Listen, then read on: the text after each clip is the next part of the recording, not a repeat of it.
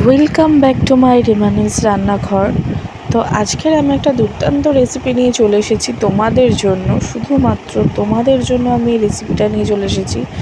তো বন্ধুরা, তোমরা অবশ্যই এই ভিডিওটা দেখো, নাহলে কিন্তু সম্পূর্ণ প্রসেস, যে মোমো বানানোর যে সম্পূর্ণ প্রসেসটাই কিন্তু তোমরা মিস করবে।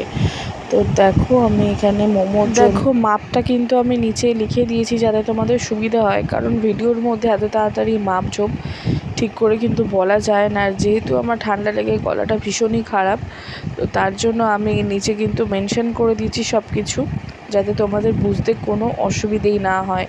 তো দেখতেই পেরেছো নিশ্চয়ই, আমি ময়দা আর কর্নফ্লাওয়ার নিয়ে নিয়েছি। মাপটা না বুঝতে পারলে তোমরা একটু স্টপ করে মাপটা দেখে নেবে। তো এখানে আমি গরম জল ইউজ করেছি দেখো মাখার জন্য। তো গরম জল দিয়ে আমি অল্প গরম জল দিয়ে কিন্তু মেখে নেবো। গরমটা একটুখানি কমে এলেই কিন্তু আমি হাত দিয়ে এটাকে মিক্স করে নিচ্ছি। দেখো, হাত দিয়ে ভালো করে কিন্তু মাখিয়ে নেবো। বিশ্বাস করো বন্ধুরা, পুরো প্রসেস মেনে যদি তোমরা এরকমভাবে মোমো বানাতে পারো না, আমি তোমাদেরকে কথা দিচ্ছি, তোমরা দ্বিতীয়বার কেন, বারবার এইরকমভাবেই মোমো কিন্তু বানানোর চেষ্টা করবে। তোমরা চাইবে এরকমভাবে মোমো বানাতে। তো এখানে দেখো, ময়দা মাখা আমার হয়ে গেছে কমপ্লিটলি। তো ময়দাটা আমি চাপা দিয়ে রেখেছি। আর এখানে দেখো, মাংসর একটা ব্রেস্ট আমি নিয়েছি, বুকের পিস আমি নিয়েছি, বোনলেস। তো সেটা কিন্তু আমি চপারের সাহায্যে চপ করে নিচ্ছি। তোমরা এতটাও না করে, মানে চপার দিয়ে যদি কোনো ঝামেলা ছাড়াই তোমরা করতে চাও, তাহলে কিছুটা কিউব করে মাংসটা কেটে তোমরা মিক্সচারে কিন্তু এক থেকে দুবার ঘুরিয়ে নিলে কিন্তু তোমাদের চিকেনের কিমা কিন্তু একদম রেডি হয়ে যাবে। তো তোমরা যে কোনো উপায়ে কিন্তু চিকেনটাকে এরমভাবে একটু কিমা করে নেবে। দেখো, আমি এরমভাবে কিমা করে নিয়েছি। তো এরমভাবে কিমা বানিয়ে নেবে। তো এবার পরের প্রসেসটা তোমাদের দেখাই চলো। চিকেন কিমাটা কিন্তু পুরো রেডি হয়ে গেছে।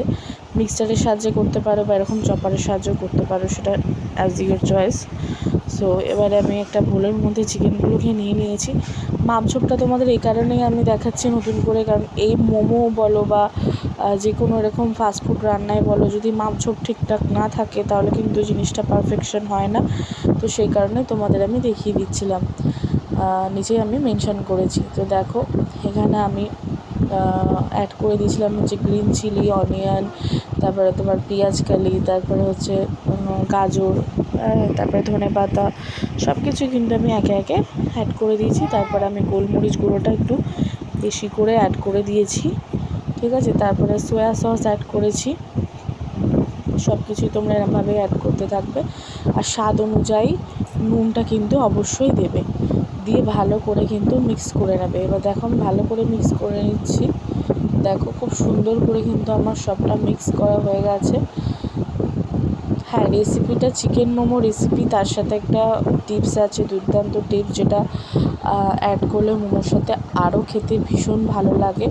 তো এখানে আমি একটা কড়া বসিয়ে নিয়েছি। তোমরা নিশ্চয়ই ভাববে যে ব্যাকগ্রাউন্ডটা অন্যরকম দেখাচ্ছে, কারণ এটা আমি যেহেতু নিজের ঘরে করিনি, জানো এখন করে তোমাদের জন্য আমার ভিডিও দিতে হয়। তো সেই কারণেই আমি আমার বাপের বাড়িতে গেছিলাম, ওখানে গিয়ে কিন্তু ভিডিওটা শ্যুট করেছি। তো দেখো, এখানে আমি কড়া বসিয়ে দিয়েছি। কড়া বসিয়ে দিয়ে কিন্তু তার মধ্যে 1 চামচ গার্লিক কুচি এবং আদা, আমি বাংলাতেই বলছি ঠিক করে, তো রসুন কুচি আর আদা কুচি কিন্তু আমি দিয়ে বাটারের মধ্যে ভালো করে সেটাকে হালকা করে একটু রোস্ট করে কিন্তু আমি যে চিকেনের মাখাটা করে রেখেছিলাম, চিকেন ম্যারিনেটটা করে রেখেছিলাম, তার মধ্যে কিন্তু আমি ওইটা অ্যাড করে দিয়েছি। বাটার, গার্লিক এবং জিঞ্জার যে রোস্টটা ছিল সেটা অ্যাড করে ভালো করে কিন্তু মিশিয়ে দিয়েছি।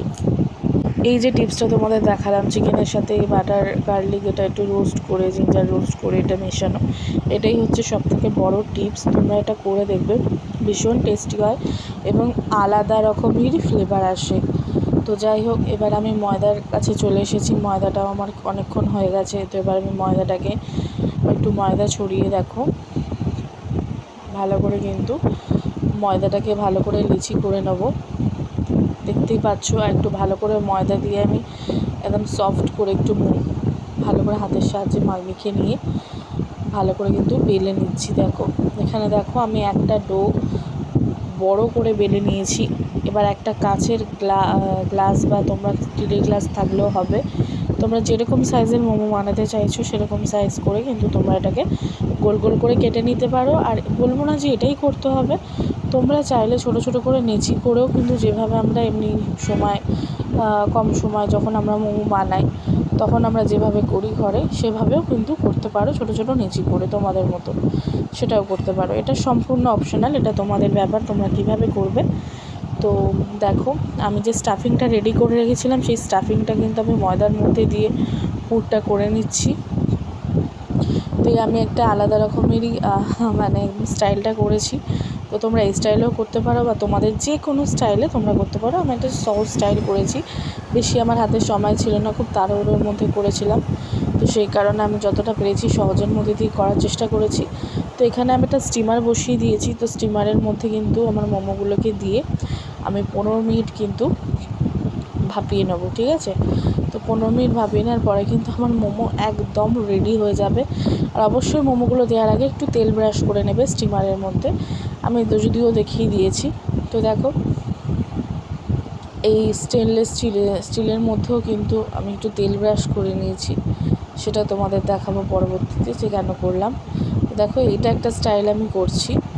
দেখো, তোমরা যে কোনো স্টাইলে করতে পারো, আমি তোমাদের এই স্টাইলটাও দেখিয়ে দিচ্ছি, তোমরা দেখে নাও। এটাতেও করতে পারো বা অন্যরকম স্টাইল তোমাদের যেমন ইচ্ছা করতে পারো। এইটা এবার কেন করলাম দেখতেই পাচ্ছ নিশ্চয়ই। যাদের কাছে স্টিমার নেই, যাদের কাছে এই বড় ঝাঁঝরিটা আছে, এটাতেও তোমরা এইভাবে স্টিম করতে পারবে। সেই কারণেই কিন্তু আমি প্রসেসটা তোমাদের জন্য দেখালাম, কারণ অনেকের কাছে স্টিমার থাকে না, এটা আশ্চর্যের কিছু নেই, ঠিক আছে। তো যাদের কাছে যেমন পরিস্থিতি আছে সে সেরকমভাবেই কিন্তু এটা বানিয়ে নিতে পারবে। তো এবার আমি একটা কড়াইয়ের মধ্যে তেল ব্রাশ করে নিচ্ছি। তোমাদের এবার আমি অন্য একটা পদ্ধতিতে দেখাচ্ছি। মোমোটা আমি ফ্রাই করতে বসিয়েছি। এবার তোমরা ভাবছো যে মোমোটা ফ্রাই কেন করছে, কারণ এখানে তো শুধু মোমোর কথা হচ্ছে না, একদমই না, শুধু মোমোর কথা হচ্ছে না। এখানে আমি তোমাদের অনেক রকম স্টাইলে করে দেখাতে চাইছি। তো দেখো, এখানে কিন্তু মোমোটাকে আমি অল্প অল্প করে ফ্রাই করে নিচ্ছি। তোমরা এটাকে স্টিম করে এরমভাবেই খেতে পারো সসের সাথে, আর তোমরা চাইলে এভাবেও খেতে পারো। তো দেখো, এখানে আমি 2 টেবিল চামচ অয়েল নিয়ে নিয়েছি, রিফাইন্ড অয়েল। এখানে দিয়ে দেবো চপেড গার্লিক, দিয়ে দেবো চপ করে রেখেছিলাম, কুচিয়ে রেখেছিলাম রসুন। আমি সেই রসুনটা দিয়ে কিন্তু দেখো লাল লাল করে আমি ভেজে নিয়েছি। তোমরা এরকম লাল লাল করে ভেজে নেবে, যদি তোমরা এটা খেতে চাও, এরকমভাবে মোমো খেতে চাও, তাহলেই তোমরা করবে। দেখো, তেলটা আমি রসুনটা থেকে কিন্তু ছেঁকে নিলাম, রসুনের তেলটা কিন্তু আমি ছেঁকে নিলাম। দেখো, ছেঁকে ভালো করে ছাঁকনির সাহায্যে আমি ছেঁকে নিয়ে কিন্তু ওই তেলের মধ্যে দিয়ে দেবো চিলি ফ্লেক্স 1 টেবিল চামচ, 1 টেবিল চামচ গার্লিক মানে কাঁচা রসুন চপ করা, আর রিং অনিয়ন যদি থাকে তোমরা দেবে, না থাকলে না দেবে। সাদা তেল দিয়ে দিয়েছি এবং সয়া সস দিয়েছি।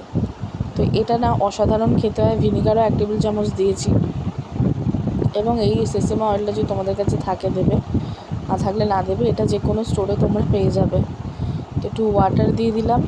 দেখো, যা যা দিয়েছি আমি মেনশন করছি, যেহেতু তোমাদের সাথে আমার অন্যরকম কথাও বলতে হয়, তাই আমি বারবার ধরে বলছি আমি মেনশন করে দিয়েছি। তো টমেটো কেচাপও কিন্তু আমি দিয়ে দিয়েছি এর মধ্যে। তো এবারে এটাকে মিক্স করে নিতে হবে। দেখো, আমি এখানে ভালোভাবে এটাকে কিন্তু মিক্স করে নিচ্ছি। তোমরা স্প্রিং অনিয়নটাকেও কিন্তু স্কিপ করতে পারো, এটা কোনো অসুবিধে নেই, বা স্কিপ করতে পারো, দিতেও পারো। বা স্প্রিং অনিয়নের বদলে তোমরা কোরিয়ান্ডার মানে ধনেপাতা দিতে পারো, ধনেপাতা কুচিয়ে দিতে পারো, সেটাও দিতে পারো। তো দেখো, এখানে আমি যেটা ভেজে নিয়েছিলাম, হালকা ফ্রাই করে নিয়েছিলাম, সে ফ্রাইটা আমি প্লেটের মধ্যে সাজিয়ে নেবো। এরমভাবেও তোমরা খেতে পারো মোমো, এবং শুধু ভাপিও, যেটা আমরা স্টিম করে শুধু সস দিয়ে বা স্যুপ দিয়ে খাই, সেরকমভাবে খেতে পারো। এবার দেখো, যেটা আমি বানিয়ে রেখেছিলাম, যে তেলটা, যে স্পাইসি অয়েলটা বানিয়ে রেখেছি, সেই অয়েলটা কিন্তু এবার আমি মোমোর মধ্যে দিয়ে দিচ্ছি। জাস্ট দেখো, আসছে না মুখে ওয়াও একটা ব্যাপার। তো দেখো, যদি রেসিপিটা ভালো লেগে থাকে তাহলে লাইক, কমেন্ট, সাবস্ক্রাইব অবশ্যই করে দিও বন্ধুরা। আজকের মতো এতটুকু।